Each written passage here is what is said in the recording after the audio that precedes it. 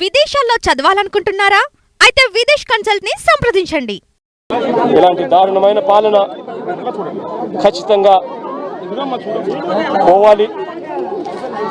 ప్రజలందరికీ కూడా ఈ 4 నెలల్లోనే అర్థమవుతా ఉంది. చంద్రబాబు నాయుడు గారు లాంటి అన్యాయస్తుడు తాను చేసిన మోసాలు, తాను చెప్పిన అబద్ధాలు మోసాల కింద మారుతూ ఉన్నాయి. మోసాల నుంచి ప్రజల్లో కోపం పుడుతూ ఉంది. ఆ ప్రజల కోపం తెంచుకొని ప్రజలు రోడ్ల మీదకి వచ్చి చంద్రబాబు ప్రభుత్వానికి వ్యతిరేకంగా తిరగబడే రోజు కూడా దగ్గరలో ఉంది. అది జరగకూడదు అని చంద్రబాబు నాయుడు రెడ్ బుక్ పాలన సాగిస్తూ ఉన్నా కూడా అవి ఎక్కువ రోజులు ప్రజలను అలా నిర్బంధించలేరు. ప్రజలు ఖచ్చితంగా తిరగబడతారు అని కూడా ఈ సందర్భంగా క్రాప్ ఇన్సూరెన్స్ ప్రీమియం మీరు చెప్పినట్టుగా ప్రాబ్లం కట్టలేదు, పొలాలు మునిగిపోయింది, ఎన్యూమరేషన్ స్టార్ట్ కాలేదు. మరి వాళ్ళకి ప్రీమియం వస్తుందా, ఇన్సూరెన్స్ వస్తుందా రాదా? రాదు కాబట్టే కదా నేను అడిగేది. అందుకని బాధపడుతూ నేను చంద్రబాబు నాయుడు బుద్ధి ఉందా, జ్ఞానం ఉందా అని చెప్పి చంద్రబాబు నాయుడుని తిడుతున్నాను.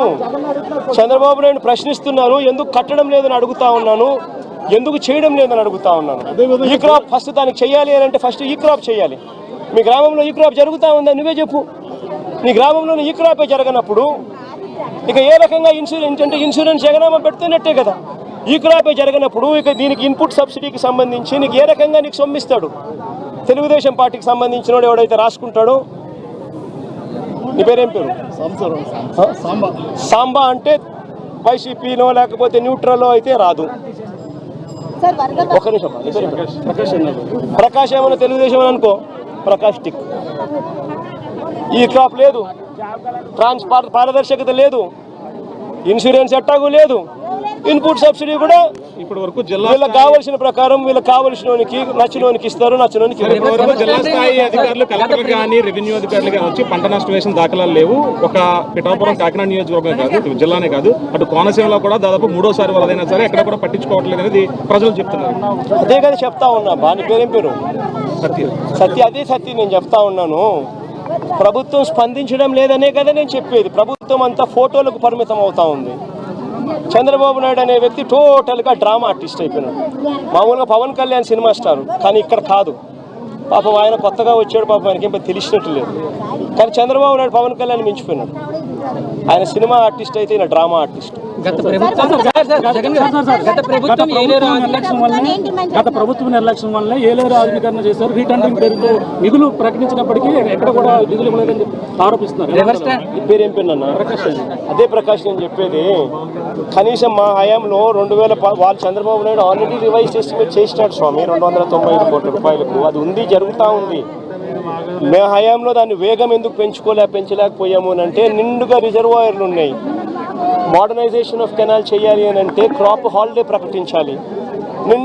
నిండు కుండల రిజర్వాయర్ ఉన్నప్పుడు ఎందుకులే హాలిడే ప్రకటించడం ఎందుకు? 14,000 క్యూసెక్స్ ఫ్లో అయ్యే కెనాల్లో కనీసం 10,000 పోతా ఉన్నాయి కదా. పెద్ద నష్టం ఏమి లేదులే, రెగ్యులేట్ చేసుకుంటూ పోతూ ఉంటే పెద్ద నష్టం ఉండదు. కరువు వచ్చినప్పుడు ఇంకోటి వచ్చినప్పుడు దీని గురించి హ్యాండిల్ చేయొచ్చులే అని కొద్దిగా మనం కూడా రైతుల పక్షాన, రైతులకు నష్టం జరగకూడదు, క్రాప్ హాలిడే వేస్ట్ కాకూడదు, వాళ్ళకు క్రాప్ హాలిడే ఇచ్చి వాళ్ళకి ఇబ్బంది కడగకూడదు అని చెప్పి కొద్ది గొప్ప అనుకున్నంత వేగంగా చేయకపోవచ్చు. కానీ చంద్రబాబు నాయుడు హయాంలో ఎందుకు చేయలేదని అడుగుతా ఉన్నా. ఇదే 295 కోట్ల రూపాయలకి ఎస్టిమేట్లు పెంచింది చంద్రబాబే కదా. 2015 ఏప్రిల్లోనే పెంచాడు కదా.